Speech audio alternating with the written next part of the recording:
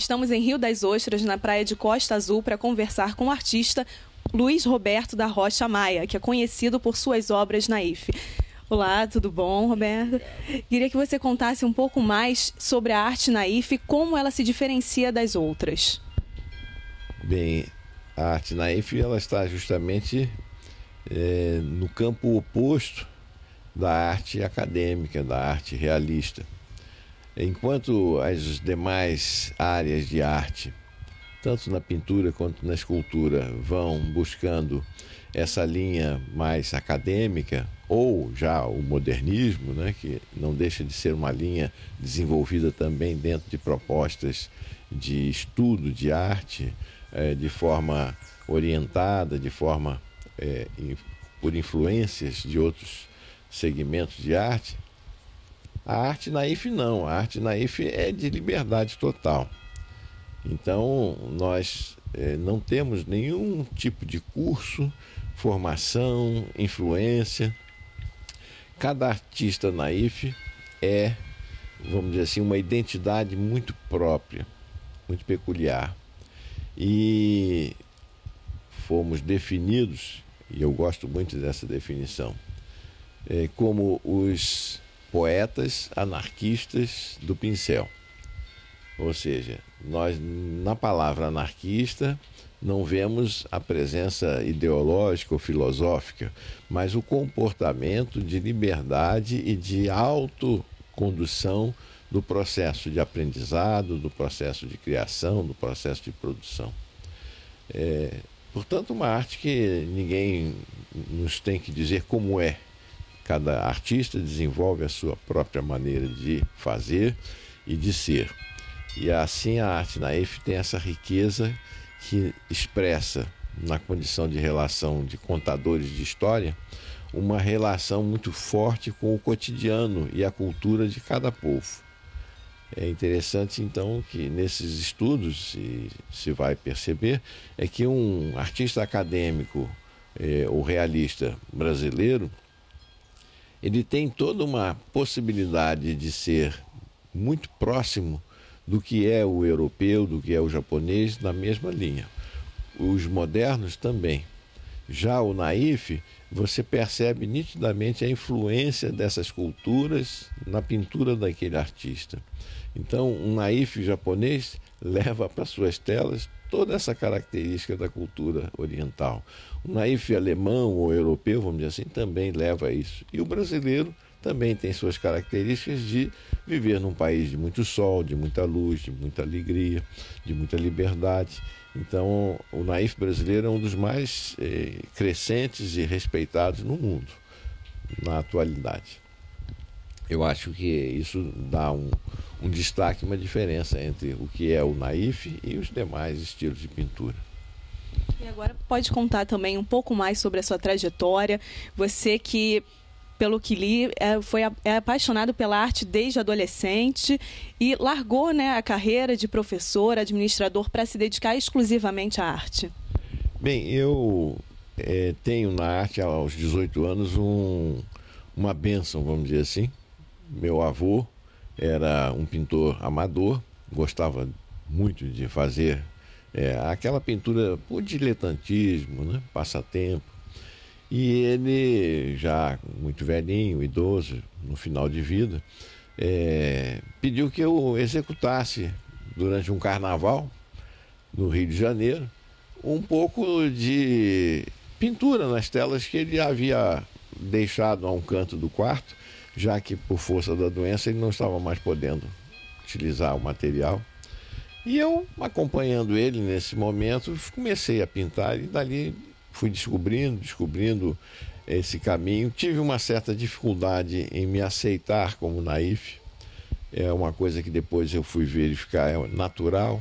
As pessoas não se aceitam naif porque elas às vezes têm um sonho de ser um acadêmico, um clássico, né, um realista, mas não querem entrar para uma universidade, fazer um curso de belas artes, então elas nunca vão conseguir aquela perfeição que caracteriza a pintura técnica, né? E então elas, num certo momento, vivem um drama, e até que alguém force esse nascimento, essa aceitação, e a pessoa então se admite na IFE. Por quê? Porque a pintura na IFE exige, inclusive, que se tenha espontaneidade. Eu vou, de repente, tenho uma ideia, volto na tela e completo a ideia. Eu posso estar sonhando à noite e no dia seguinte, logo cedo, estar diante da tela colocando o que eu sonhei. Então essa liberdade fez com que eu me apaixonasse. E aí me tornei, não só como artista, mas também como admirador da arte na IFE, vamos dizer assim, um defensor. Porque aquilo que às vezes não é bem esclarecido, não é bem conhecido, fica, vamos dizer assim, sofrendo as consequências das críticas que a ignorância produz. E eu acho que podemos divulgar e difundir a arte na IFE e mostrar às pessoas que ela pode não ter a perfeição técnica do realismo, né? Mas ela tem a liberdade e a espontaneidade da criação, e do sonho, do conto, da história, do transpor para a tela aquilo que a sensibilidade do artista deixa aflorar. A partir do momento em que eu me aposentei, então agora eu me dedico totalmente só à pintura. Eu não diria que eu abandonei o resto, mas eu tirei proveito enquanto estive trabalhando como administrador, como professor, o máximo possível do uso da arte na IFE para a nossa, vamos dizer assim, nosso aproveitamento, né, com os alunos ou com os nossos clientes. Rocha Maia, conta pra gente por que é dito que muitos pintores escolhem a arte na IFE por ingenuidade. Bem, a palavra é interessante, porque naïf vem do francês e a tradução seria exatamente ingênuo. Ela surge quando Henri Rousseau, ou Douanier Rousseau, como era também chamado, foi um artista que incomodou aquelas elites, aquelas, vamos dizer assim, figuras, né, que eram mais ou menos já reconhecidas mundialmente como de grande importância para as artes plásticas e que participavam de um famoso salão de arte que acontecia, ainda acontece em Paris. E ele insistia em tentar participar, só que ele não era um acadêmico, ele não fazia parte daquele mundo dos pintores. E ele insistiu tanto que acabaram, então, criando um salão dos que foram recusados a participar do salão oficial. E esses artistas se puseram fora, na parte externa, praticamente, né, do local do salão. E Douanier Rousseau, quando apresentou nessa condição os trabalhos dele, recebeu de um jornalista, como uma forma talvez até de depreciação do trabalho dele, esse carimbo, né? Essa classificação. É uma pintura naif, é ingênua, como querendo diminuir. E, na verdade, acabou batizando essa corrente de pintura, e também de pensadores, porque para pintar naif tem que se pensar também ingenuamente, tem esse sentido mais primitivo. Então a pessoa às vezes liga primitivo a uma pintura, vamos dizer, de uma civilização muito, como os índios, vamos dizer assim, muito selvagem, muito ainda de aldeias, né? E, na verdade, primitivo, que é a forma primeira, a forma como vem, a forma de espontaneidade. Então a forma primitiva, ela passa a ser importante nessa forma de pintar com liberdade, com expressão de, vamos dizer, não ter ninguém conduzindo, ninguém criticando, isso pode, isso não pode. A partir desse pintor francês, o mundo então ganha mais uma expressão de arte que, vamos dizer, recebe na sociedade de maneira geral e na crítica de arte também um reconhecimento. Daí, em alguns salões e algumas galerias, cria-se até especialidade em apresentar a arte naif. Outros salões e outras galerias começam a abrir também espaço para receber a arte naif, concorrendo de igual para igual com as demais formas de classificação de arte.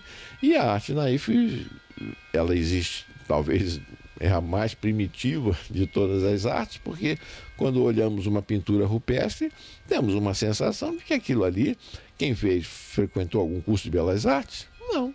Ele tinha um dom, tinha uma habilidade, tinha uma necessidade de fazer o quê? De narrar o cotidiano da sua tribo, né? Da sua caverna, de passar até algum ensinamento através de uma linguagem que era muito simples e fácil de entendimento por todos. A partir disso, então, eu posso dizer que a arte naif é das mais antigas, mas o reconhecimento dentro do mundo culturalmente, vamos dizer, desenvolvido como arte, é muito recente, cento e poucos anos. A partir desse momento em que na França Henri Rousseau se destaca e passa a ser reconhecido como Picasso e outros grandes mestres das obras de arte da época deram a ele um reconhecimento. E aí todos os outros que seguem essa linha, que seguem essa forma de fazer a arte com liberdade, com espontaneidade, querendo narrar a cultura do seu povo, tudo, engajam-se nesse processo que vem crescendo. E graças a Deus no Brasil temos hoje uma arte naif bem reconhecida, bem forte. Rocha Maia, por trás das suas obras, você sempre tenta passar ou passa realmente uma história? Você quer contar uma história para quem vai ver? Ou eu conto a minha história, ou eu conto através da minha pintura a história que me contam. Uma ocasião, eu estava em Brasília e a pessoa ligou e por telefone, conversando, disse: eu gostaria de encomendar ao senhor uma obra que queremos, enfim, tinha lá as razões para que ela fizesse a encomenda. Eu disse: olha, eu posso aceitar a encomenda desde que a senhora me conte por que esse presente vai ser dado, qual a razão, né? E se essa história me comover, me tocar, eu certamente vou conseguir pintar. E realmente foi um trabalho muito interessante e que mostra isso. Às vezes nós podemos também pintar as histórias e contar, portanto, as histórias que os outros nos contam. Prefiro muitas vezes contar as histórias que eu mesmo tenha passado, tenha vivido, e de alguma maneira eu acho que é isso que vai sempre me acompanhando a vida toda, porque tive muitas experiências interessantíssimas de vida, de área rural, nasci no Rio de Janeiro, no litoral, frequentei a praia, depois subi a serra, fui para Teresópolis, passei anos na área rural. Todas essas influências depois foram para Brasília, me acompanhando, e em Brasília muitas outras experiências surgiram. Em 2010, quando tive a oportunidade em Brasília de ter a edição de um livro contando essa minha vida até 2010, eu fui buscar no testemunho de críticos ou de outros artistas que me conhecem essa, vamos dizer, referência da minha pintura. Graças a Deus, eu não tive necessidade de negar nenhum dos textos oferecidos por terem críticas negativas. Todos foram muito positivos e todos foram aproveitados, estão no livro. Agora, peço para você falar um pouco sobre o seu ateliê em Brasília, Luz Dourada, né? Foi um sonho conquistado? Conta um pouco para a gente.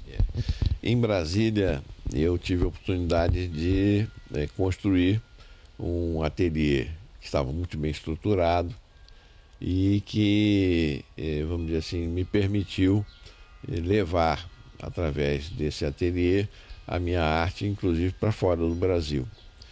Mas quando se vai buscar, especialmente fora do Brasil, mercados e reconhecimento, é necessário que se tenha uma estrutura e se mostre um trabalho sério, um trabalho profissionalmente estruturado.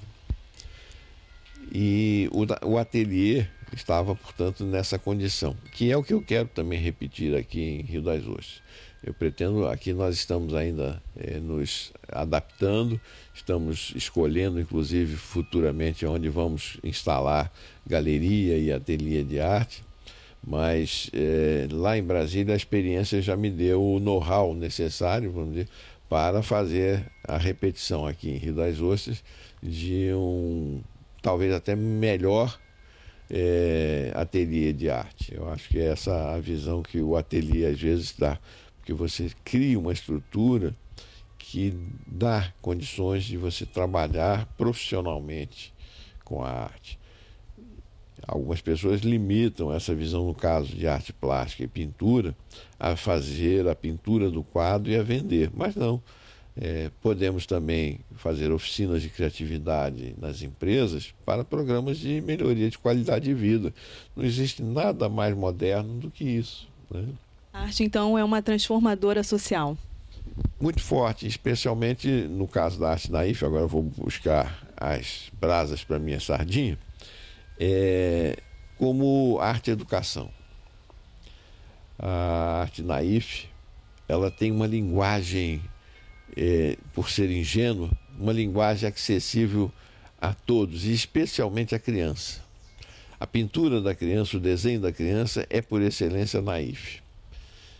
Tem que ser naif, porque é impossível você querer que uma criança com 4, 5 anos de idade, que ainda não sabe ler nem escrever, e que sabe desenhar e já pega um lápis e começa a fazer alguns rabiscos, que ela tenha todo um conhecimento de técnicas, de profundidade, de proporcionalidade. Não, isso daí fica para depois. No momento ela precisa comunicar.